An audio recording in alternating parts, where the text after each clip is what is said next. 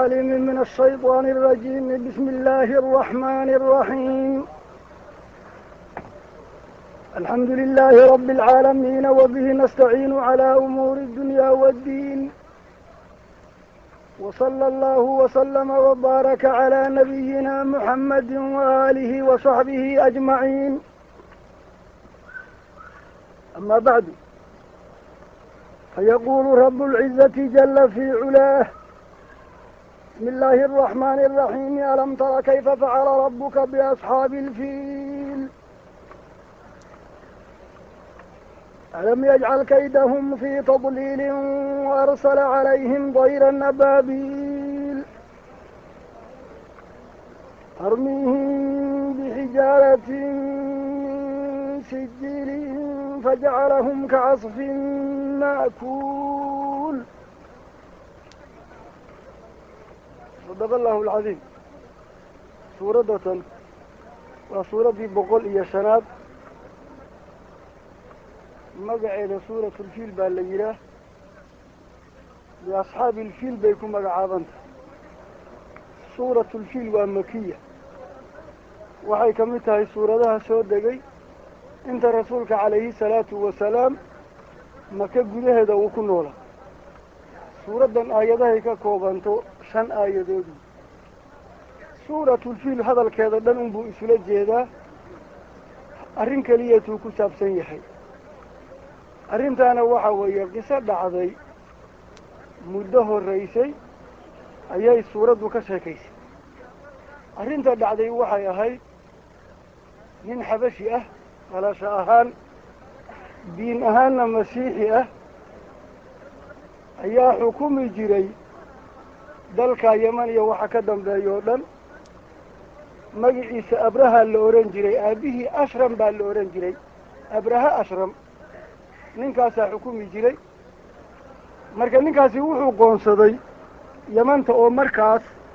iyo wixii ka xagga ah isagaa xaakimnimo iyo boqornimo iyo qiimo u muuqanayay. carabtan Xijaaz marka iyo Quraysh waxsaasa ma ayan ahayn. kolkaa xajkaa loo soo xajinaya Kacbaduu qoonsaday. marka aqal yaab loo ka dhisay Sanca, aqal yaab leh oo kaniisa Abu Sanca ka dhisay. kolkaasuu damcay in meeshii looga soo xajinayay Mako halkaa laga taga. arrintii baa qoladan Qurayshi ka wareeshay. nin baa u kacay, idima dirin, isagaa isdiray. meeshii la qurxiyey la hagaajiyey buu habeennimo dhex tegey. kolkaasuu xaar marmariyey, hawannimana ka dhuuntay meeshii oo subaxdii uraysaa la arkay. waa la baadi goobay. arrintii ninkii gacanta laguma dhigin, laakiin waa la gartay hagartu meeshay ka timid. nimanka aada u quusaysay ee Quraysh ee Maka leh, nimankaasaa marka ay maqleen waxa aad ku tala jirtid inaad rabta meesha inaad u baabi'isid, meeshaas ayaa qoonsaday. hagartan iyagay ka suura gashaa, dad kale maaha la yidhi. odagii marka wuxuu yidhi taasi waxaan kaga caafimaadi karaya inaan taasoo dudumiyaba. awal tartan unbay ahayd, tanna waa muuqatay, laakiin taasaan soo duduminayo. ciidan la yaqaan buu ninkaasi ku soo duulay. markuu u soo duulay meesha inuu jajabiyo oo Kacbada baabi'iyuu u yimid. wixii kula dagaalamaana uu baabi'iyo. haddaan lala dagaalamin dantiisu waxay ahayd Kacbada duminteeda oo keliya. marka markii arrintaa uu ninka ku soo duulay, gaadiidka u raran badankii maroodi buu ahaa. siduu ninka u ladnaa,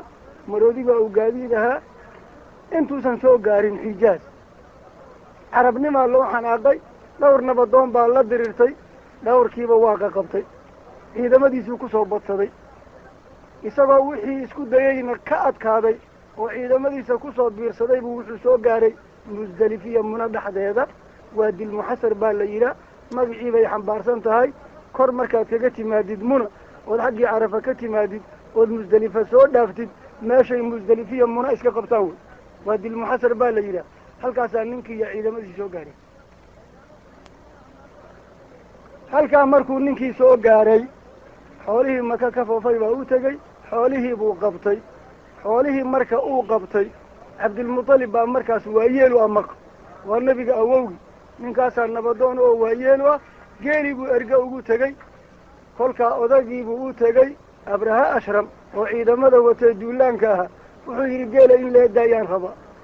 ودقي وحيري ورواكو سيدا إلان كعبدا بابيا نسعد ميان لقو شيء ولا أي شيء يبوي وهذه ما حد قال قالها ليس هدان كعبدي دودومين هاي تاسي ربي بإله ده يبوي أنا سجينا الرب هاي حالها يجيسي كل كاسي ربي يعلنا يا دقي ماشي حكومة هاي هذا كعرت وامحي لحدين اللي جو مجرى وهذه إساقة يا هلا يجيده هل يسيب اللو داي مركب وحوي هدادا إلى الدجالمي ضد ماشي يقبح وحوي ضد كان يا مدة يسي مدة وضقي لسي عبد المطلب ها ضد كيبو يري هارها لا وضفورة كبح ماشي والله قبحي وحكون حجرا مركي لوايي وفرديه يوسوك ألابتي أيا إذا مدن كشة كينيس صورة فبسمدا ككيني شمبرات ربضا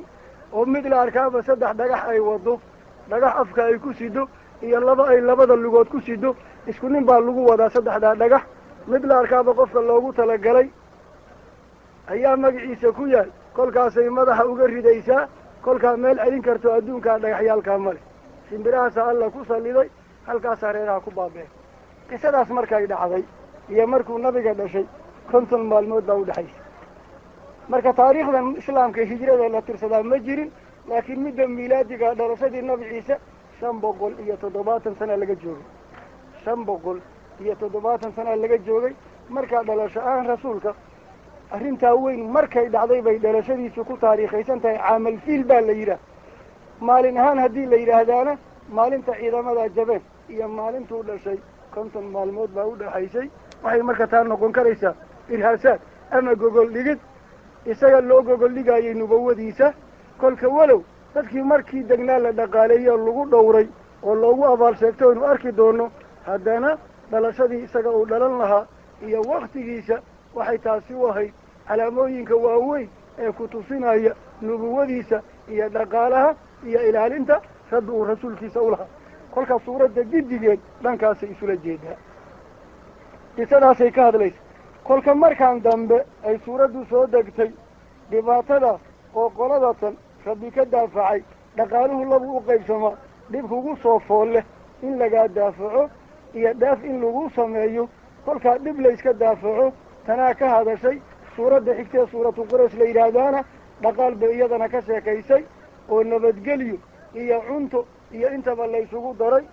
kolkaa tani waxay ka sheekaynaysaa arrintaas loogu abaal sheeganaya quraysh nabiga calayhi salaatu wasalaam nabinimadiisii asaasyada lagu garanayay ka mid tahay caasiyaalka kibray ee ku adkaysanaya ilaah iyo waxyaaluhu qiimeeyey inay ka hor yimaadaanna ictibaar bay u tahay sida ninka loo baabi'iyey isagoo wax bashara oo hortaagan aan la arag meeshaa rabbi qiimeeyey ee xaramka kacbada waan baabi'inayaa markuu yidhi isagii baa alla baabi'iyey qaala tacaala bismi illaahi araxmaani araxiim abda-u haadihi suura suuradatan waxaan ku bilaabayaa bismillah alla magicii magaca cuskashadii allihii arraxmaan naxariis guud oo addoommadiisa wada gaarta naxariista arraxiim mid gaar ahaaneedoo inta rumaysay raacday adduunka ku rumaysay ee ku raacday uu aakhiro ugu naxariistow alam tara ma waadan ogeyn kayfa sida facala rabbuka rabbiga uu ku sameeyey biasxaabi ilfiil maroodiga qoladii wadatay istifhaamta sidaasee laga cabiray waa tashwiiq laisjeclaysiinayo iyo weliba haddana buunbuunin arrintaa la buunbuuninayo waxa nimanka alla ku sameeyey geed looguma soo gaban qudradii ilaah oo maxdi ah qaabishay ciidamo aan la filayn oo hortoodna waxay laayeen aan la arag ayaa iyaga dusha kaga dhacay kolkaa waxa qoladaa lagu sameeyey wax lamida ma uusan lahayn alam tara ma waadan ogeyn oo ayan ku soo gaarin kayfa sida facala rabbuka adiga rabbiga uu ku sameeyey biasxaabi ilfiil maroodiga qoladii saaxiibyaalka u ahaydo maroodiga kusoo duushay wey qolada asxaabulfiil ee tilmaantooda la xusay siday isula weynaayeen makhluuqaadka la yaqaanee caadigee naflaha ah inta ugu waaweyn buu maroodiga ku jira isagii baa la gaadiidsaday heerka la gaaray bal arag in maroodi la gaadiidsaday ayaa la gaaray kolkaa nimankii heerkaa gaaray waxa ku dhacay arag biasxaabilfiili maroodiga kuwii asxaabta u ahaa ee ku soo duulay waa abrahiya ciidamadiisa waxa allaha ku sameeyey taama waadan weli ogaanin wey alam yajcal ma wuusan eebba yeelin waa uu yeelay kaydahum hagarta marka ay ku socdeen oo ahayd inay kacbada baabi'iyaan ayaa iyagii in la baabi'iyey alla ka yeelay laba dhibaataa markaa isugu dhacday yidhi waxa weeye dantoodii ooyan gaarin oo waa hongoodeen kolkay kacbada baabi'in lahaayeen ma ayan baabi'inin kolka muraadgef ay dantoodii seegeen iyo baaba iyagii loogu abaalguday labadaa laysugu daray wasadaqa allahu id yaquul walaa yaxiiqu lmakru sayi'u ilaa biahlihi hagar foolxun wax ku dhinta waxaa ugu horeeya wixii maamulo wey kolkaasaa rabbi labadiiba sheege oo yidhi alam yajcal ma waan marka hore eebba yeelin sidii ilaah nimankaa ku sameeyey ayaa laynoo sharxaya sidee ku sameeyey wey sidii ilaah asxaabulfiil uu ku sameeyey ma aanu ogin wuxuu ku sameeyey alam yajcal ma waan eebba yeelin kaydahum hagartii ay wateen iyaga oo inay kacbada baabi'iyaan ahayd ma waan kolka hore fii tadliilin khasaare gudaheed eebba yeelino taasoo kuma ayan hongoobino miyay kacbadii waxba u dhimeen waxba kuma ayan dhimin wey kolkaa ninka odaga isku sheegaayey ee ciidamada dhan tabaabushaysanayey ee sanayaalka wax uruursanayey ee dantii intaas uu u baaba'ay u alaaba xirxirtay ka hongoobay khasaarihii koowaadu alam yajcal ma waanan eebba yeelin kaydahum asxaabulfiil hagartii ay samaynayeen oy damacsanaayeen ay ku soo tashadeen fii tadliilin khasaare gudihii xaggaa markii laga banjariyey oy muraad gafeen oy dantoodii seegeen ay hongoobeen haddana wa arsala intaa looguma dayn ma waan eebba dirin waa uu diray calayhim iyada dushooda tayran shimbire ma wuusan ku dirin abaabiila kooxa kooxa shimbire aan la aqoyn oo meeshay ka yimaadeen waagaa ka horna lama arag kadibna lama arag kolka shimbiraha noocaasa oo kooxa kooxoo safsafa hidira iska daba dhacaya ayaa rabbi dushooda ku diray waxba kama cayman intoodii meeshayba ku dhammaadeen odaga oo halakaysan oo banjaro inkaari ku dhacday yaa naf baas meeshii geeyaa la yidhi isna shimbirtiisii baa dul socotay intaa uu sii soconayay bay dul socotay kolkuu dalkii tegey yay madaxa kaga dhufay kolkaa waxba reerkii kama cayman isagana waa la tabar tusay baktigiisa sancaa la gaarsiiyey ciidamadana halkaanaba lagu xaqay wey wa arsala ma waanan eebba dirin waa uu diray calayhim iyaga dushooda tayran shimbiro abaabiila kooxa kooxa ah shimbirtu maxay samaysay tarmiihim waxay shimbirtu ku gantay asxaabulfiil bixijaaratin dhagax dhaguxu dhagaxan caadiga ah ma ahayn ee wuxuu ahaa min sijiin dhooba la dubay oo dhagax kol laga dhigay asalkeedii dhagax ma ahayn markaasayna khatar tahay oo dhagaxa kan caadiga ah dab haddii la dhex geliyo intuu burburuu nuurad noqda ha baaba-a laakiin dhoobada la dubee dhagaxa lagu sameeyey waa sandharyaha laga dhigtay wax ka adag dab oo dhan haddii la isugu keeno wax kama qaban karayo kolka mid noocaas oo dhagax ka daran oo dhoobo ah oo naar lagu soo sameeyey kii baa rabbi ku soo diray waxaa qudrada ilaah kamida yaabkeeda dhagaxa waxa wadaa waa shimbir wax u dhimi maayo maroodi buuna dilayaa dhagaxu maroodi iyo dad buu dhagaxu dilayaa shimbir baana sida wahada min acdami qudratillah ilaah qudradiisa arag waxa weeye dhagaxu fasax uma qabo shimbirta maroodiga iyo ragga wata qoladaasaa loo soo diray tarmiihim shimbirtii waxay ku gantay asxaabulfiil bixijaaratin dhagax bay ku gantay dhagaxaasoo min sijiilin dhooba dhagax lagu sameeyey dhooba dhagax laga sameeyey oo la dubay oo dab inta lagu sameeyey dabadeed dhagaxowdaya kolkaas siday u daateen tilmaantuu rabbina sii arag fajacalahum waxaa eebba ka yeelay asxaabulfiil dadkii duulaaya ee dhisnaaya ciidamada ahaa ee habaysnaa ee hubaysnaa ka casfin xabuub ma'kuulin la daaqay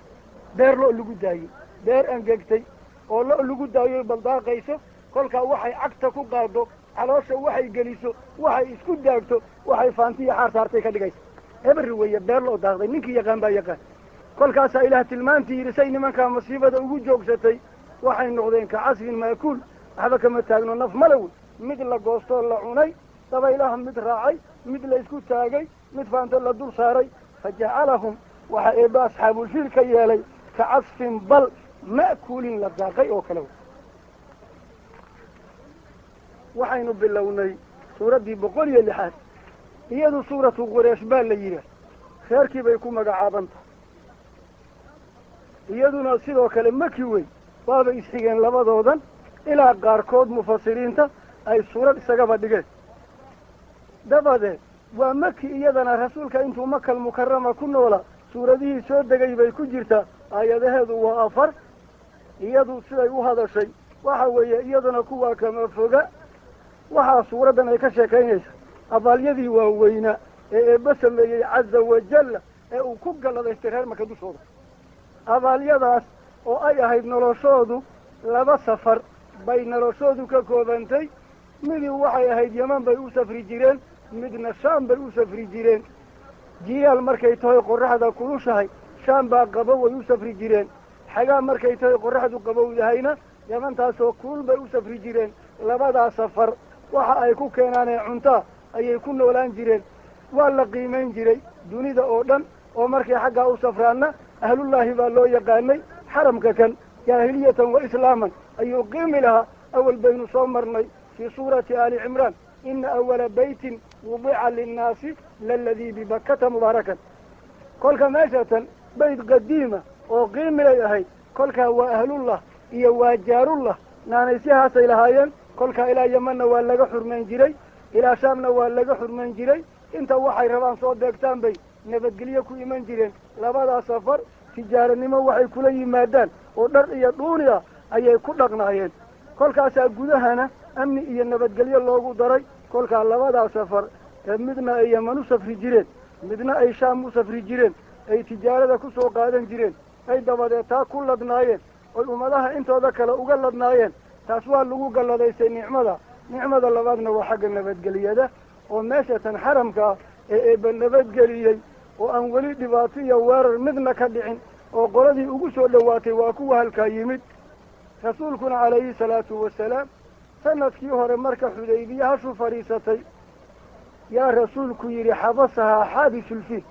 hashatan waxaa meesha ku reebay allihii maroodiga ku reebay dhanka kale oo xagga muno ah ayaa reebay kolkaa meel nabadgelyo leh oo sugnaan leh kolkaa 2 nicmaa la isugu daray nabadgeliyo ay gudaha magaalada dadka 4 koonaa laga qaadan jiray oo dhibaatada dhankaa iyo dhankaaba waa ka dhici jirtay wasadaqa allahu id yaquul awalam numakin lahum xaraman aaminan yujbaa ilayhi hamaraatu kulli shayin taa waa xaggii cuntada xaggii nabadgelyadana awalam yarow annaa jacalnaa xaraman aaminan wayutakhadafu annaasu min xawlihim aba bilbaatili yu'minuun wa binicmati illaahi yakfuruun kolkaa waxay ahayd nabadgelyadaas iyo waxaa la isugu daray lanaanta xagga dhaqaalahaa labadaa nicmo waaweyn oo rabbi uu ku galladaystay markii la xusay ayaa la yidhi falyacbuduu rabba haada albeyt beytka kan ilaah ilaaliyey ee iyagana ay nabadgeliyo xurmo gaar ahaaneed ku heleen rabbiga beytkaa leh iyagana makaniyey rabbiga ha caabudeen wey iyadana saasay u hadlaysaa kolkaa waa suuratu qureysho suuraddii kama ay foga waxaynu nidhi taasi nooc abaalsheegada ayaa quraysh ugu jiray oo dhibaatay u tabar waayeen iyaga ayaa laga daafacay tanna waxaa wey iyagii oo la ururiyeyo dalkooda baad iyo biyo saasoo badan ma ayan lahayn laakiin labadaa safar waxay kula yimaadaan ayay ku ladnaayeen kolkaasaa nicmo nabadgelyana alla siiyey kolka allaha sidaa yeele iyagana ururiyey nicmadaana ku galladaystay ha caabudeen wey qaala tacaala bismi illaahi araxmaani araxiim abda-u haadihi suura waxaan suuraddatan ku bilaabaya bismi illaahi alla magii cuskashadii allihii arraxmaan naxariis guud oo addoommada wada gaarta naxariista arraxiimi mid gaar ahaaneed naxariista wey qaala tacaala rabbi wuxuu yidhi liilaafi qurayshin quraysh ururinteeda aawadeed waayaab suuraddii oo dhan baa waxay ka bilaabataa xaraf jaarna in meel lagu xidho ku tacalluquu ku saabsan yahay mufasiriintu 2 ra'yi bay leeyihiin in ay ku xidhan tahay fajacalahum kacasfin maakuul suuraddii hore ficilkii noogu dambeeyey fajacalahum kacasfin maakuul waa lagu tacallujin karaa waxaa kaloo lagu xidhi karaa falyacbuduuda ka dambaysa markaad fajacalahum ku tacallujisid fajacalahum ilaa asxaabulfiil wuxuu ka yeelay kacasfin bal maakuulin la daaqay muxuuna uga yeelay liilaafi qurayshin inuu quraysh ururiyo aawadeed maxaa yeelay haddaan ninkan ciidamadiisii la baabi'in qurayshi ma urursana oo magaalada waa ka baxeen bayug baa ku dhacday beledkoodii baa la dumin lahaa ciidamaa galay kolkaasaa la yidhi haddaydaan dagaal qabin ka baxa magaalada kolkaa dhagaxyo korkood bay fuulaan kolkaa dumintan la baabi'iyey abraha iyo raggiisi iyo maroodiga iyagii bay ururin u tahay oo kolka ninkii la baabi'iyey bay soo urureen nabadgelyo u degeen kolkaa cilada midkaa balla daaqay looga yeelay iyagii baa lagu ururinaya liilaafi qurayshin quraysh ururinteeda aawadeed baa rabbi asxaabulfiil balloo daaqdoo kale uga yeelay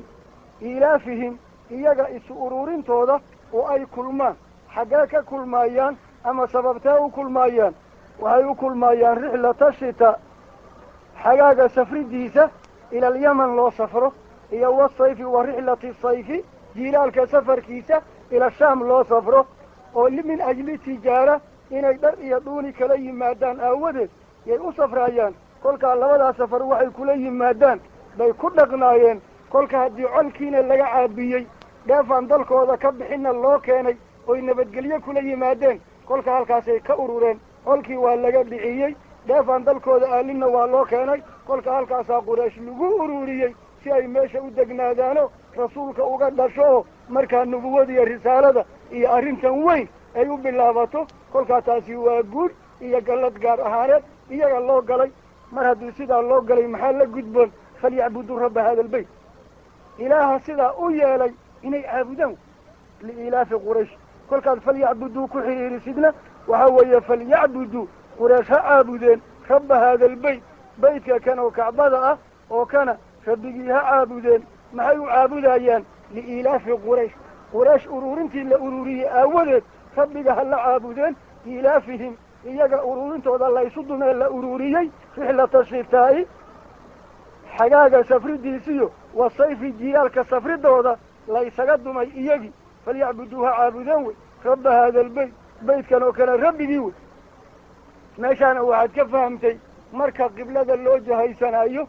ee la tukanayo ee la yidhi meel aad joogtidba waxaytu maa kuntum fawalluu wujuuhakum shadrah dhankiisa marka wejiga la aadinayo ama marka xajkiiyo cumrada la gudanayo ee lagu wareegeysanayo awaamir allaa la fulinaya kolkaa weligaa waxaa loo dan leeyahay kacbada nafteed iyo dhagaxa hamoodi aayaddaana caawa ku bartay falyacbuduu rabba hada albayt kelimatu rabbi haddii laga tegi lahaa falyacbuduu hada albayt ay noqon lahayd nabad bay ahaan lahayd waxaad ogaatay waxaa loo dan leeyahay alla inuu yahay goorta la wareegeysanaya isagaa yidhi walyatawafuu bilbayt alcatiiq isagaa meesha lagu wareegeysana yidhi marka la tukanayo wejiga la aadinayana isagaa ina yidhi fawalli wajhaka shadra almasjid alxaraam kolka amar layna faray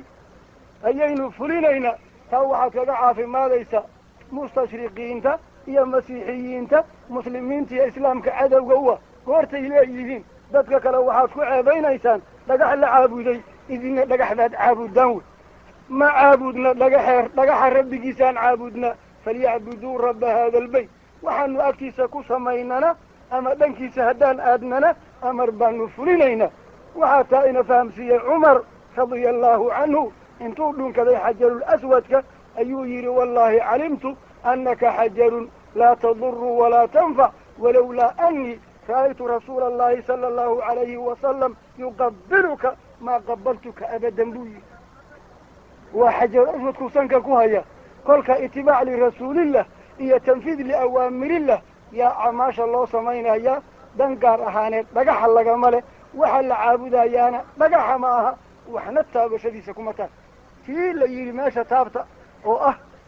xajarul aswadka oo tacaaliim islaami ah ee ma aha iyada meeshaad ka soo gaartaaba iyo dhagaxan hadeer la sameeyey ee balaadka ah ku dhegdhegidiisu qiimi ma leh falyacbuduu ha caabudeen rabba hada albayt baytkan oo kana rabbigii ha caabudeen alladii rabbiga nicmadii labaad wey taa waa ururintii la aruuriyey ee cadowgoodiina laga caabiyey cuntana dibadda looga keenay alladii nicmadii labaad wey alladii rabbi ha caabudeen adcamahum quudiyey min juucin baahidii haysay oo dalkoodu beer ma leh oo warshado ma leh oo masaaniic ma leh kolkaa baahi baa haysay baahidii laga quudi oo rixlata shitaa'i wa sayf bay baahidii kaga caafimaadeen wa aamanahum allaha nabadgeliyey min khawfin bakdin oo abraha waa tii la baabi'iye shimbiraha laga horgeeyey kol haddii amni la siiyey oo cadowgoodii la caabiyey oo meel aamina rabbi dhigay oo dhibaatadii dibadda uga iman lahayd laga dhiciyey tii gudahana ay heleen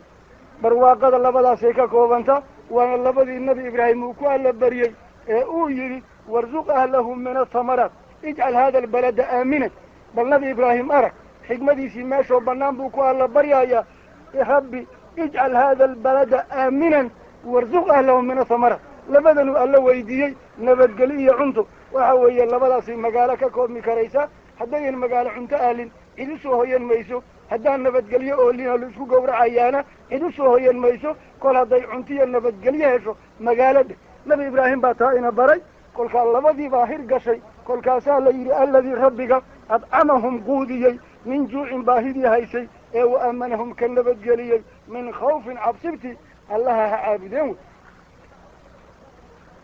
waxaynoo bilaabatay suuraddii 107 magaceeda suuratulmaacuun baa la yidhaah wayamnacuuna almaacuun erayga ugu dambeeya yay ku magacaaban tahay suuradda oo dhan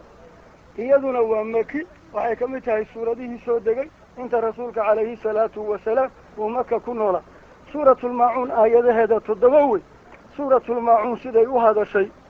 laba kooxood bay ka sheekayso dadka ka mida warkeeda intaasuu ka koomaa laba kooxood oo dadka ka mida ayay ka sheekaysay kooxda koowaad waxa weeye kaafirka gaalnimadiisii banaankaa la taagan ee nicmadii ilaah diiday inuu rabbigaa u nicmeeyo aqoonsado o rumeeye raaco welibana aakhiradii iyo xisaabtamidii dafiray kaa way ka sheekaysay qaybta labaad ee ka sheekaysay waa munaafiqa urka gaalka ah ee axkaamta islaamkana adimada iyo dushaa sare ka samaynaya laakiin aanan qanacsanayno calooshiisa aan iimaanku jirin camalkuu samaynayaana aan eebba ula dan lahayn ee hawshiisa oo dhan ha lagu arka iskale kolkaa qolada hore ee gaalada ah ee xaqa diiday tilmaana xunxun ay leeyihiin ayay sheegtay dab baa lagu dhadhajiyey waxaa tilmaantooda laga bilaabay inay yihiin waxaan naxariis lahayn oo agoonta iyo inta jilicsan ee ag joogta inay xaqiraan oy waxooda ka qaadaan oy cadaadiyaan oy agoonta dhacaan oy u calool adag yihiin oo taadiibayan ula dan lahayn ay naxariis la-aan tahay dabkaa waa lagu dhejiyey waa tilmaan ay lahaayeen tilmaanta labaad ee lagu sheegay waxa weeye haba yaraatee wax khayra inayan samaynaynin oo kolkaa waxa weeye kol haddayna alle ka baqayn oy nicmadiisii dafireen oyan aakhira rumaynayn haddana ayan addoomihii u dabcayn waa tilmaan lagu tilmaanooba midda ugu xun wey falaa hum axsanu fii cibaadati rabbihim rabbigood cibaadadiisii ma ayan wanaajin walaa axsanu ilaa khalqihi addoomihiina uma ayan wanaagsamayn oo agoontii iyo masaakiintii ayay isku taageen kuwaa kooxda hore wey kooxda labaad dhulka gaaladii wey waxa weeye cibaada ay samaynayaan waa ay halmaansan yihiin oo sawaabna kama ay doonayaan ikhlaas iyo alla ula jeedana ma ay leh kolkay samaynayaanna waxay u samaynayaan aragti dadka ha idin arko oo ama markaa ha laydinku qiimeeyo ha laydinku nabadgeliyo ama idinkuba aada qiimi ku hesheen ama aad badhib uga nabadgasheen kolkaa labadii qolaba isku daro waxaa rabbi u yaboohay ama ugu goodiyey cadaab foolxun inay gelayaan baa rabbi u sheegay iyadoo bilaabatay waatana bismi illaahi araxmaani araxiim abda-u haadihi suura waxaan suuraddan ku bilaabayaa bismillah alla magihii cuskashadii allihii arraxmaan naxariis guud oo addoommada wada gaarta naxariista arraxiimi mid gaar ahaaneed naxariista wey qaala tacaala rabbi wuxuu yihi arayta waxaad ii sheegtaa usluubka yaabka leh ee istifhaamta ah ayaa luu keenay waa istiqraad waxa weeye waa la karantiilaya dadkaa laga saaraya waxa sidaa u eg ay tilmaantiisu noocaa tahay miyaad waxaa wax lamida aragtay ma arkin wey kolkaa waxa weeye fangorid la fangoraayo dadka laga xaquuqayo dibadda la dhigaayo waxaa ku kacay wey istifhaamtu marka waa istiqraad qaala tacaala rabbi wuxuu arayta waxaad ii sheegtaa alladii waxa yukadibu beeninaya biddiin abaalmarintii qiyaamuu beeninaya oo in aakhire la tegaayo oo la xisaabtamaayo oo la is-abaal marinayo tii buu beeninaya kolka kaama taqaan ara'ayta waxaad ii sheegtaa alladii midka yukadibu beeninaya biddiini abaalmarintii qiyaamuu beeninaya kolka markii hebel aan la odhan intaana arrintiisa lagu dayn dhibaatooyinka taas waa midii uu ku hayay allaha khaaliqa ah makhluuqa miduu ku hayay arag waxaa rabbi yidhi subxaana haddaadan ka aqoon waa lagu sheegaya fadaalika kaa qiyaamada beeninaya waxa weeye alladii midka yaducu hagarjuumaya alyatiima agoontii buu hadalka u adkaynaya waa tumaya waa cadaadinaya waxooduu ka dhacaya waxba uma ogola dacigu waataan soo marnay oo caasiyaalka aynu ku soo marnay yawma yudacuuna ilaa naari jahannama dacan waxa weeye addafcu biquwa xoog marka wax loo jiidaayo wey kolkaa waxa weeye agoontii buu xoogayaa wey oo hagarjuumaya waa jununaya xaqoodiina marin maayo waana dhacayaa wey taa agoontuu ku haya walaa yaxudu naftiisiya naf kala toona nin ku boorinayaa ma aha calaa tacaami almiskiin axad jilicsan oo danleeya quudintii iyo unixidiisna nin wax ku canaananayaa maaha kolkaa naftiisiya naf kale kolkaa inuusan yeelayn taasaad ka garatay hadalkaa ka sahlan xoolahaagoo gacanta lala galo oo neef laga bixiyo wax la sahlo wax la siiyo waa adag tahay laakiin afka inaad ka tidhaahid waryaa dadkan waxa la taro taasaa ka sahlan kolka nintaa laga waayey inuu isaga dabcayaa ha u malay baabul owlaa loo garanaya hadduuba afka intaa ka odhan waayey war masaakiinta ha loo naxo waxa la taro xeradiisa geli maayo xoolo kuwiisana dhiibi maayo oo taa nin rag un baaba yeeli karayo kolkaa labadaa tilmaanood buu leeyahay fadalika ka alladii kii weeye yadducu lyatiima agoonta u daran oo walaa yaxudu aan naftiisiyo mid kale midna ku boorinayn calaa tacaami lmiskiin miskiin cunta sii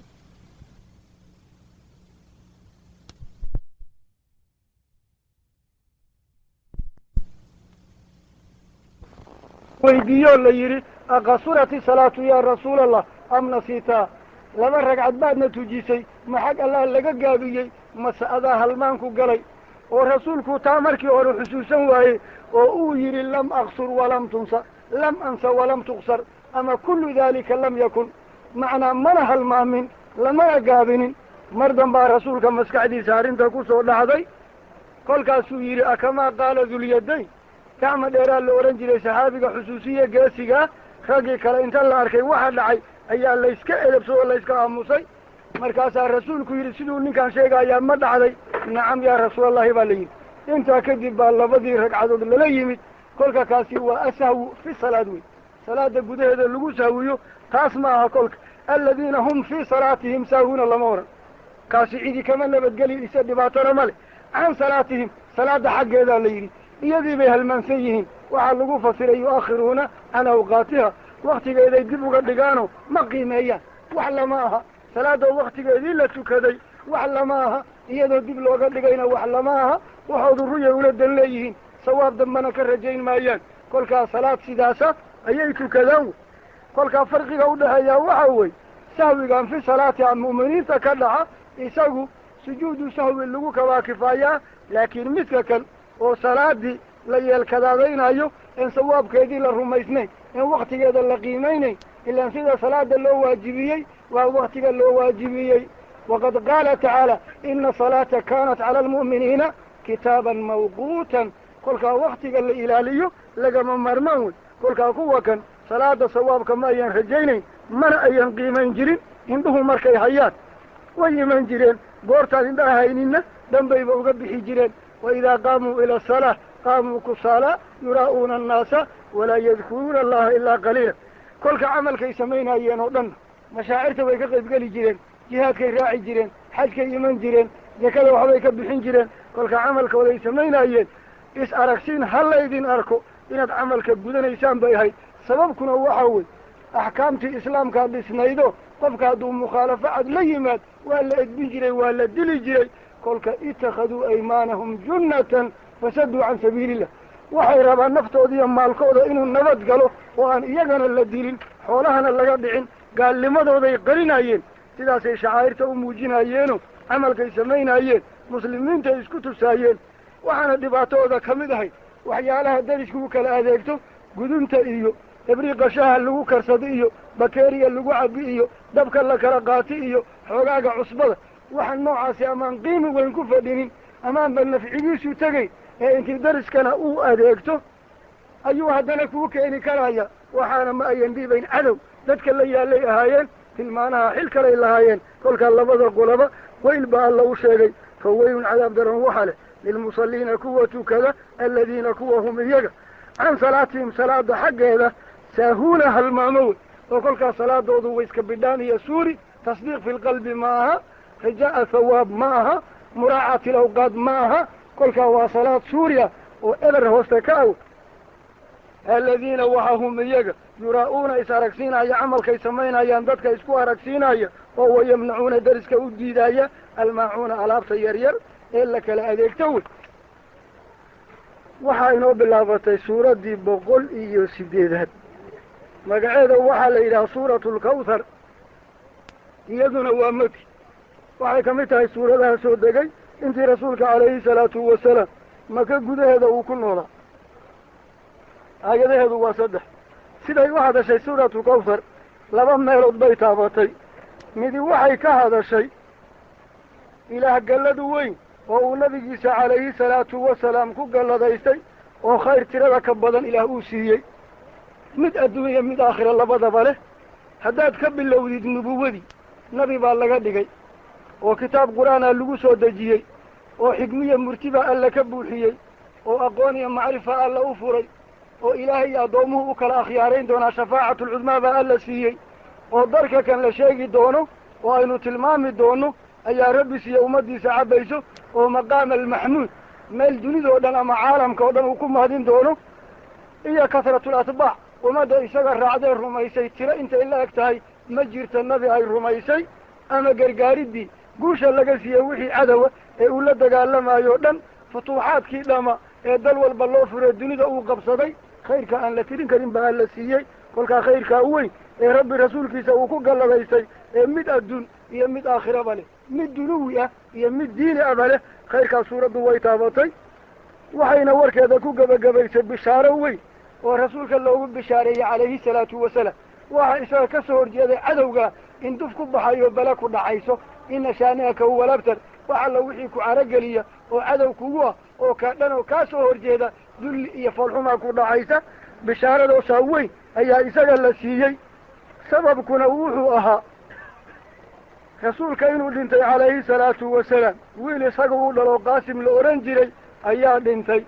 geeridii wiilkoo cusub baa la maqlay kolkaa qurayshtu wax kale kuma sheekaysan jirin isaga rasuulka ah ayay ku sheekaysan jireen kolkaasaa wiilkii geeridiisii timid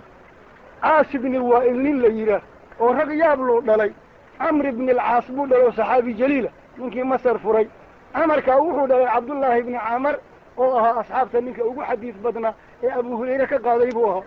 abu hurayraa yidhi anigu waan xifdin jiray isna waa uu dhigi jiray sidaa daraaddeed buu dheeraad iga yeeshay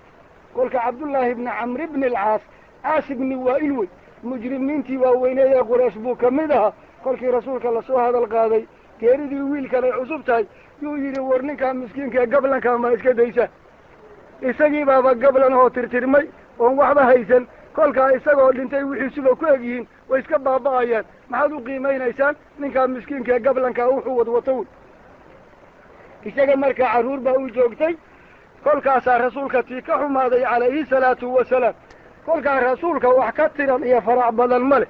oo ummaddii oo dhan wax ku abtirsada taa wuuba ka maarmo wuxuu uga maarmay ummadoo dhan buuba waalid u yahay wasadaqa allahu id yaquul annabiyu awlaa bilmu'miniin min anfusihim wa aswaajuhu ummahaatuhum oo kolkaa ilaa yawmi alqiyaama inta rumayseen raacday ee khayrka ku xusaysa ee cawiya maalin ku sallinaysa ee markay rabbi sheegaanba sheegaya aadaankii baa lagu daray oo aqimidii baa lagu daray oo salaadii baa lagu daray oo khudbooyinkii baa lagu daray oo shahaadii baa lagu daray kolkaa meel walba khayr lagu xusaayuu noqday kolkaasaa isagana bishaaradaa loo sheegay oo la yidhi waxan uu wax moodaayo waad ka dhan tahay adiga isagiina dabargo loo sheegay ina shaani'aka huwa labtar labadaa qodob bay suuraddu ka hadashay iyadii oo bilaabatay waatana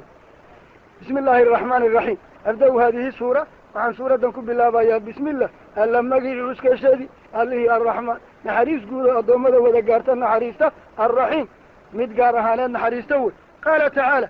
rabbi wuxuu yidhi ina annaga eebbaah waa tawkiid yaab leh maxalal qasam bay taagan tahay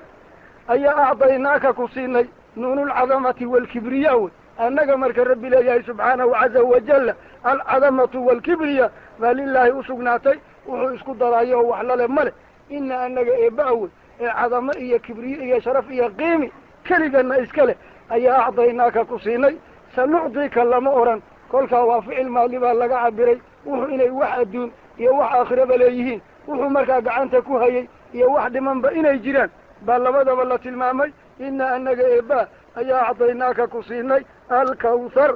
kawthar baanu ku siinay kawtharkaa laba tafsiir buu leeyahay midi waxa wey xadiid saxiixa ayaaba kaa ku soo arooray xadiidka imaamu tirmidi baa wariyey rasuulka calayhi salaatu wasalaam inuu yidhi waa nahrun fi ljanna kawtharka kan waa webi jannada gudaheeda ku yaalla xaafataahum min dahab labadiisa gebi dahab bay ka samaysan yihiin wa majraahu cala addurri waalyaaquud meesha biyihiisa iyo caanihiisa ay ku jiraan ee gudaha ana jawhar buu ka samaysan yahay turbatuhu adyabu min almuski camuudiisu ku udgoon waxa udeeg lagu yaqaana oo dhan wa maa'uhu axlaa min alcasal biyihiisu ka macaan malabka wa abyad min alhalaj barafkana waa ka cad yihiin man shariba minhu sharbatan laa yadma'u bacdaha abada qofka marka cabbaana mar labaad ma oomo koobabka gaararkiisa yaalaana cadadu nujuum buu leegyahay koobabka gaararkiisa yaal cirka xidiyaha ku yaal bay tiro leegyihiin isaga intuu leegyahay ma yara waxaa rasuulku yidhi calayhi salaatu wasalaam markaa madiinuu joogay ilaa wuxuu leegyahay sancaa buu yidhi waa bil ka badan inta loo socdo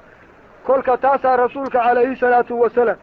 niman tafsiirkaasay qabsadeen cabdullaahi ibnu cabbaasna wuxuu leeyahay waa alkhayru lkafiir oo carabtu ficilku kasaro wey laakiin habkan loo bineeyey kawthar lagu keenay mubaalaguu ku tusinaya kolka wixii oo dhan baa gudagelaya kolka waxa ashmalsan tafsiirka cabdullaahi ibnu cabbaas oo inaa acdaynaaka waxaanu ku siinay alkawthara khayr badan wey ama alkawthara webigaa la yaqaan markaa tafsiirka cabdullaahi ibnu cabbaas ku fasirtid webigii isaga ahaa qayb kamiduu noqonaya oo soo dhex gelaya khayr badan oo webigaa ka mid yahay oy nebinimadu ka mid tahay oy risaaladu ka mid tahay oo shafaacadu ka mid tahay oo maqaamul maxamuud ka mid tahay oo gargaarkan cadowga ka heshay dabaylaha laguugu gargaaray xataa waxaan idinla wadaagin baa jirta waxaasoo dhan waa khayr katiira oo eebba ku siiyey wey ina annaga eebbaa ayaa acdaynaaka ku siinay alkawthar khayr badan baanu ku siinay oo uu ka mid yahay togaa jannada gudaheeda ku yaal ee biyaha macaan leh kol haddaanu kaa ku siinay fasalli tuko lirabbika rabbigaa u tuko wanxar rabbigaa dartii wax u bilow oo kuwa kan mushrikiinta ah asnaamtay caabudayaan markay u hoganayeen oy gaararkeeda tuban yihiin ama intay xoolaha bireeyaan bay dhiigga ku daadin jireen adigu waxba iyaga warkooda kama qoyna adigu rabbigaa keliyeeta u duko oo rabbigaa daraaddii wax u gowrac wey oo adiga camalkaad samaynayso ha noqdo mid rabbi keliyeeta u jeeda wasadaqa allahu id yaquul qul ina salaatii wa nusuki wa maxyaaya wamamaatii lilah laa shariika lah isaga keliyaa leh cidna lama wadaagto wey kolkaa fasalli waxaad u tukataa lirabbika keliyeeta wanxar waxaad wax u biraysaa lirabbika keliyeeta wey waxaa mufasiriinta qaarkood sheegeen fasallidaas inay tahay salaadatan carafada la tukado wey oo salaatu ciidil adxa wanxarna waa xoolihii la gowracayey maalintaa ciiddaa wey fasalli lirabbika rabbigaa u tuko wanxar rabbigaa wax u gowrac naxrigu geeluu tilmaamaya waa min ashrafi amwaali alcarab kolkaa dabxi looda iyo ariga gowracoodu dabxi baa la yidhaah laakiin naxrigu waa geela macnaha waxa wey geela oo xoolihii markii la dhaqanayey ugu qiimi badna isagaa markaad biraynaysid alla dartii u birow sidaa markii rasuulka la amray oo shukran lilaahi tacaala aad alla ku mahadinayso ayaad adiga camalkaaga marka ay mushrikiinta asnaamta iyo dhagaxyaalkaa wax u jeediyaan adigu alla wax u jeedi wey oo salaadaada iyo gawracaaga iyo hawlahaagoo dhan dhanka aadi wey markaasaa rabbi yidhi subxaanah ina shaani'aka kan ku carageliyey ee yidhi waa goblan iyo waxa huwa isaga ayaa alabtaru khayr giddigii ka go-an wey waxba khayr kuma lew walow caruuri u joogto isagaan khayr bartii wax ku lahayn adiguse khayr oo dhan baabadu waa yeelu tahay khayr oo dhan iyo sharaf giddigeed ayaad u tahay ina shaani'aka kan ku carageliyey huwa kaasa alabtaru khayr dhammaantiin mid ka go-aya oon khayr waxba ku lahayn sidii buuna ku dhintay waxaynu bilownay suuraddii 109 magaceeda suuratulkaafiruun baa la yidhaah iyaduna waa maki oo inta rasuulku maka ku noolaa suuradihii soo degay bay ka mid tahay aayadaheeduna 6 wey suuratulkaafiruun waa suurad yaab leh siday u hadashay suuratu tawxiid walbaraa'atu min ashirki waadalaal wey waxa weeye tawxiidkii bay muujisay kala qori jabsina way ku dhawaaqday dadka alla caabudaya dadka alaab caabudaya wax ka dhaxayn kara inaan la arkin taasina waxay ahayd jawaab ilaah ka jawaabayey ra'yi gaaladu soo jeedisay oo rasuulka calayhi salaatu wasalaam wadduu low tudhinuu fa yudhinuun baynu suuratulqalam ku soo marnay fikrad bay u keeneen ay leeyihiin ilaahyaalkaanu caabudnaa sanad nala caabud adigana midkaaga sanad baanu kula caabudaynaa waxba yaynaan murmin oynan iscaacaayin mudaahaladaa aan samaysan iyo heshiiska haddaad naga wanaagsan tahay adiga oo waxaagu run iyo xaq yahay sanadkaanu wax kula wadwadnay ayaynu ku wada gudbi doonaa haddaanu kaa wanaagsan nahayna sanadkaad wax nala waday ayaanu ku gudbi doonaa kolkaa heshiiskaas qaraabanimo aynu yeelano aynu kala daysana dicaayad iyo dagaalka wey taa marka ay soo jeediyeen baa suuraddu timid iyadii baa looga jawaabay sifadoodii baa lagu dhawaaqay saraaxada qur-aanka arag yaa ayuhalkaafiruun baa la yidhi war gaalo yahay geed looguma soo gaban qurayshnimo iyo waxay jeclaayeen iyo magacyaalkoodii looguma yeedhin kolkaa meeshatan waxay xisaaban tahay calaaqa kala goosiga laba dawlo markay isu xanaaqaan oo isnacaan safirada la kala qaadanayo kala wey yaa ayuha alkaafiruuna laa acbudu maa tacbuduun walaa antum caabiduuna maa acbud walaa ana caabidu maa cabadtum walaa antum caabiduuna maa acbud lakum diinukum waliya diin waxa weeye wax inaga dhexayn karaa male isku cibaadana ma nihin isku macbuudna ma nihin xagga macbuudka markii laga hadlo aniga allaan caabudaa waaxida idina alaabaad caabudaan wasataana maa bayna almacbuudayn nin watan caabuday iyo nin raxmaan caabuday wax kama dhaxayn karaan kolkaa labada macbuud kala tage labada cibaado u imo labada cibaadana way kala tageen oo cibaadada aniga aan samaynayo mid eebba jideeyey oo isaga ifaro ii tilmaamay wey waana tawxiid iyo salaad iyo soom iyo zakiya xaj idinku taa samaynaysaana waa mid naf iyo shaydaan idiin tilmaameen oo waa shirki ilaah iyo alaab la iska daba wado kolkaa labada cibaadaana isqaban maayaan labada macbuudna isu iman maayaan kolkaa ina kala daaya idinna wixiina wata anna waxaygaan wadanaya ilaa tala kale ay ka timaado muslimku ka tabaraysto qaacide iyo military iyo ciidamo laga yeesho oo jihaad la waajibiyo ina kala kaxeeyo kolkaa macnahay suuradda ka hadashayna macnaha wey kolkaa tabaru shirki iyo laga fogaado ayay caddaysay waana min suurati tawxiid wey qaala tacaala bismi illaahi araxmaani araxiim abda-u haadihi suura waxaan suuraddan ku bilaabayaa bismi illah alla magicii cuskashadii allihii arraxmaan naxariis guud oo addoommada wada gaarta naxariista arraxiimi mid gaar ahaaneed naxariista wey qul waxaad tidhahdaa rasuulka sharafta lahow kelimatu qul oo keliyeeta ayaa waxay inoogu filan tahay inaynu u daliishano nabinimada nabiga calayhi salaatu wasalaam maxaa yeelay waxaa hadalkaadha ku odhanaya waa rabbi kolka marka uu qulku yidhi nubuwadii waa caddahay halkaa waa laga urin karayaa oo axadkan rabbi uu la hadlayo ee waxaadha uu leeyahay nubuwadiisa waa caddahay xaggaynu ku soo marnay basharka sida eebba ula hadlo saddex siyaalood inay tahay fii suurati suura maa kaana libasharin an yukallimahullah ilaa waxyan aw min waraa'i xijaabin aw yursila rasuulan kolka marka rabbi uu ku leeyahay sidaa dheh waa caddahay nebinimadii kolka waxa kan waa wax tabliiqa oo xag alla laga keenay ilaan rasuulku tasarufkiisoo dhan waxyiga unbuu waafaqsanaa in attabicu ilaa maa yuuxaa ilaya ayaynu soo marnay ummuna caaisha radia allahu canha markii khuluqdiisa la weydiiyey kaana khuluquhu lqur'aan bay tihi kolkaa waxaan uu qul dheh laleeyahay inuu yahay wax alle xaggii ka yimid isagana uu muballiq canillah yahay oo wixii eebba ku hadlay uu isaga ummadda soo gaarsiinaya kolka isagu waa muballiq ilaahna waa munazil wey innagaa marka inaynu mufakiriin noqono yaa loo baahan yahay xaggaynu ku soo marnay qul waxaad tidhaahdaa rasuulka sharafta lahu yaa ayuha alkaafiruun kuwiinaa gaaloobayo ashaa la geliyo arag waxa weeye caddayn magacoodii la caddeeyey bikulli saraaxa inta niddo la sameeyo yaa la yidhi oo xarfu tambiih lagu daray oo alla keenay baa sifadoodii gaalnimada ahayd lagu dharaariyey war wixiinaa gaalada ahow yaa ayuha alkaafiruun wixiinaa xaqa diidee gaaloobayow laa acbudu caabudi an maayo maa waxa atacbuduuna caabudaan oo alaabta ah marka macbuudkii baa laga hadlaya alaabtaad caabudaysaan dhagaxyaalka iyo asnaamta iyo qoryaha qalabkanaad urursateen ee aad caabudaysaan idinla caabudi maaya aniga walaa antum idinna ma ihidin caabiduuna kuwa caabudaya maa acbudu allaha aan caabudaayo wa idinkaaba diiday 13 saan idinku dhex jiray oon xaqa idinku yeerayay kolka allahan caabudayo inaad caabudaanna idinba diide markaa macbuudkii baa laga hadlay cibaadadiina waatan walaa ana aniga miihi caabudun mid caabudaya maa sida aad cabadtum wax u caabudaysaan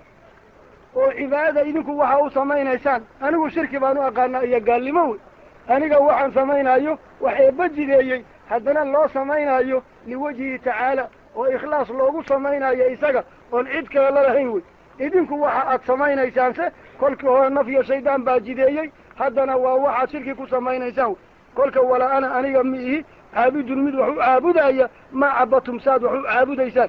oo ka cibaadatikum walaa antum idinna mi ihidin caabiduuna kuwa caabudaya ma acbudu sidan wax u caabudayo ikhlaas iyo tawxiid maba aad ogoliniyo idinkaa diiday wey kolkaa lakum idinka waxaad gaarnimo u leedihiin diinukum shirkigiina waxaa idinku aad samaynaysaanee cibaadinimo u samaysaan idinku kooban yahay idinla wadaagi maayo weliya ana diini baan leeyahay oo tawxiidkii ikhlaaskii ah ikhlaaskii ilaah cibaadada loo barax tiro iyo tawxiidkii yaan leeyahay waa tafsiir mid labaad oo la yidhaahdo fi lxaali walistiqbaal baa loo wadaa oo laa acbudu maa tacbuduuna hadda idinla caabudi maayo walaa antum caabiduuna maa acbudu idina hadda ila caabudi maysaan walaa ana caabidu maa cabatum dib dambana idinla caabudi maayo walaa antum caabiduuna maa cabudu dib damba ila caabudi maysaan soo yagii dib u caabuday maaha oo fatxu makaa dhacdo nimankii waxay birtu leeftay ee ajashu boobtay iyo geerida maahaane wixii kale way soo islaameen wey kolkaa fi listiqbaal rasuulka unbay ka suura galaysaa amaa waktigan mustaqbalkaa basharka intiisa kale isaga waa macsuum oo inuusan dib iyo horay midna u caabudan hayr allah oo caddahay amaa iyagu rabibaa yaqaan kolkaa in lagu xambaaro inta tawkiid laga dhigi lahaa aayadaha la iska dulkeeni lahaa in cibaadadiiyo macbuudkii lagu xambaaro oo laa acbudu maa tacbuduun alaabtaad caabudaysaan caabudi maayo walaa antum idinna ma ihidin caabiduuna kuwa caabudaya maa acbudu allaha aan caabudayo walaa ana dib u aniga ma ihi caabidun mid caabudaya maa cabadtum ka cibaadatikum habkaad wax u caabudaysaan wax u caabudi maayo isku cibaada ma ihin idinku waa shirki anna waa ikhlaas eebba loola dan leeyahay hawsha la qabanaya waa kala laba idinku nafyo shaydaan baa idin jideeyey anigase eebba ii jideeyey walaa antum idinkana ma ihidin caabiduuna kuwa wax u caabudaya maa acbudu saan wax u caabudayo lakum waxaad leedihiin diinukum idinka camalkiina weliya anna waxaan leeyahay diini camalkayga wey waxaynu bilownay suuraddii 110 suuraddan magaceeda suuratu nasri baa la yidhaah iyadu waa suura madaniya oo intii rasuulku madiine degnaa suuradihii soo degay bay ka mid tahay laakiin makaan ahaan munay ku soo degtay rasuulka oo soo xajiyey oo madiine ka yimid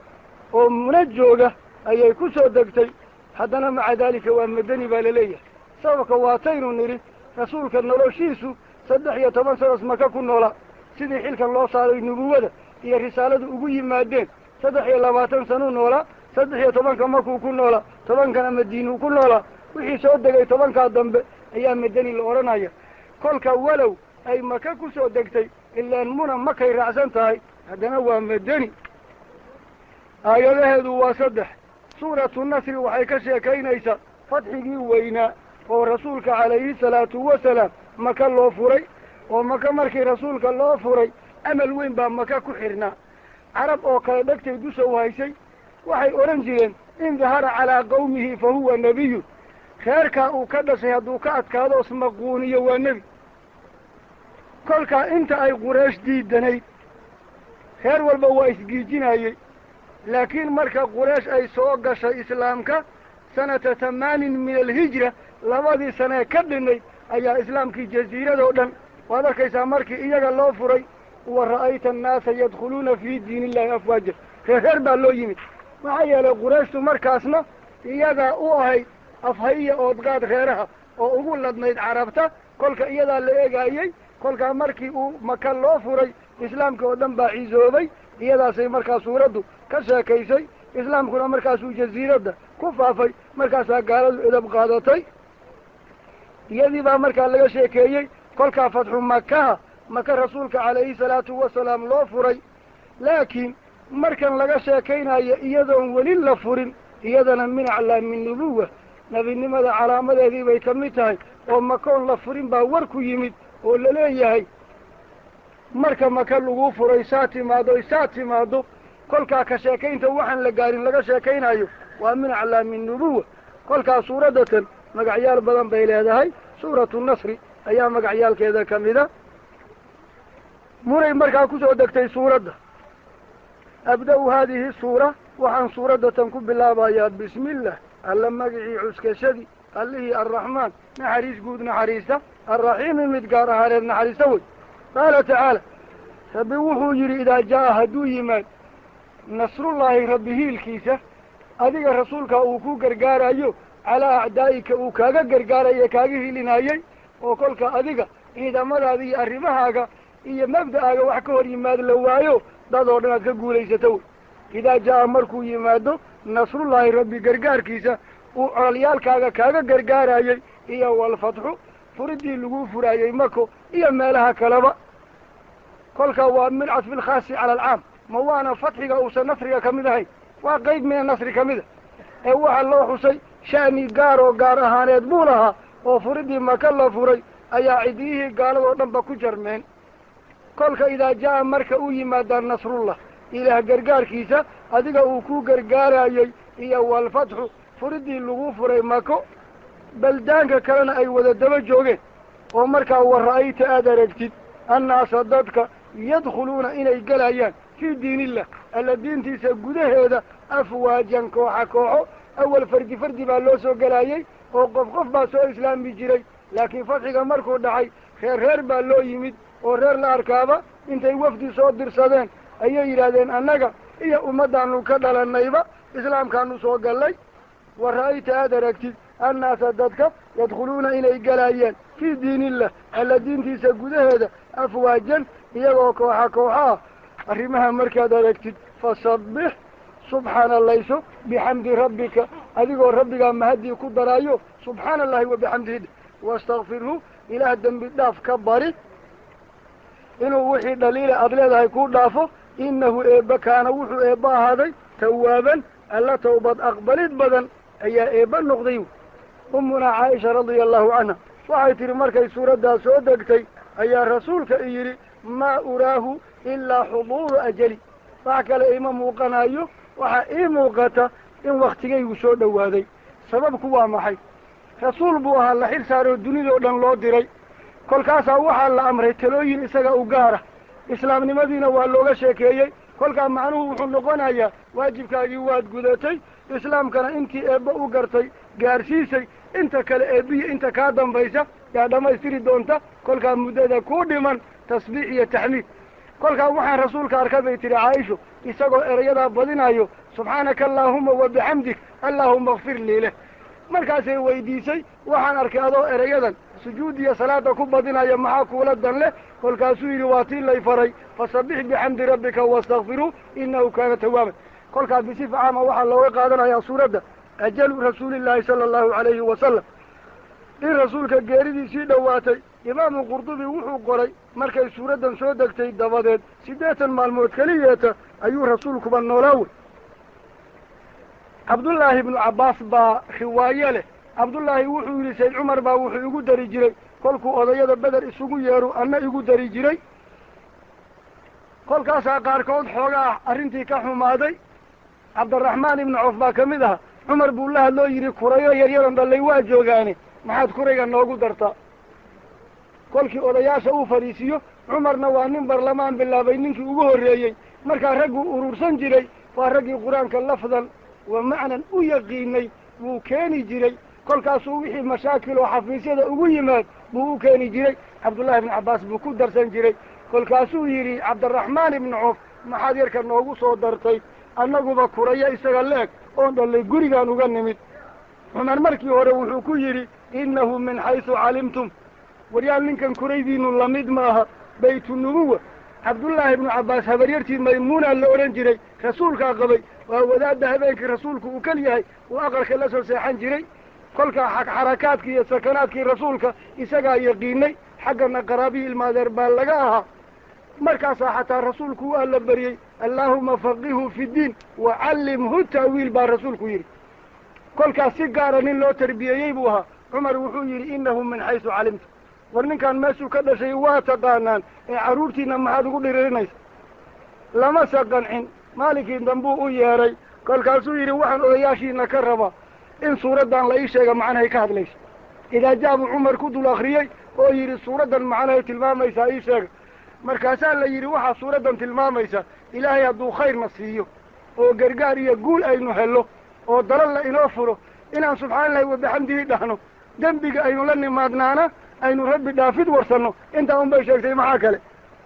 markaasaa cumar yidhi ahaakadaa taqulu ya bna cabbaas odayaasha ma ku raacsan tahay kuma raacsani buu yidhi maxaad odhan lahayd buu yidhi geeridii rasuulka unbaa la tilmaamay buu yidhi isagaa rabbigii la hadlay waxaan ay sheegayaanna calaamaa looga dhigay waxa weeye goortaad aragtid islaamka oo reer loo soo gelayo guushuna ay israacraacdo dalalkana lagu furo wadaalika calaamatu ajalika inaad dhimanaysa taasaa uraada wixii waktigaa ka dambeeya rabbi baad qaabilaysaa adduunya waad ka tagtay markaa jiscin gunto oo sahaydaada hagaagso oo subxaana allahi wabixamdihi daldal baa la yidhi cumar baa odoo yidhi wallaahi laa acrifu ilaa kamaa taqul si kale uma aqaansaad sheegtay maahaan halkaasaa odayadiina ku guusteen cabdullaahina lagu ogaaday wasadaqa shaacir xaysu yaquul fakam min sagiirin laaxadathu cinaayatun min allahi faxtaajat ilayhi lakaabiru daymo alla ninkay ku dhacdo haba yaraado odayaalba isaga baahanaya markuu rasuulka dhintayna cabdullaahi ibnu cabbaas 14 jir buu ahaa ma qaangaarin wuxuu ka dhammaystirtay cilmiga cali kolkaa xabru haadihi lumma wa turjumaani alqur'aan wabni cami rasuul buu ahaa ridwaan ullahi cala asaxaabati ajmaciin wallahu subxaanahu wa tacaala aclam.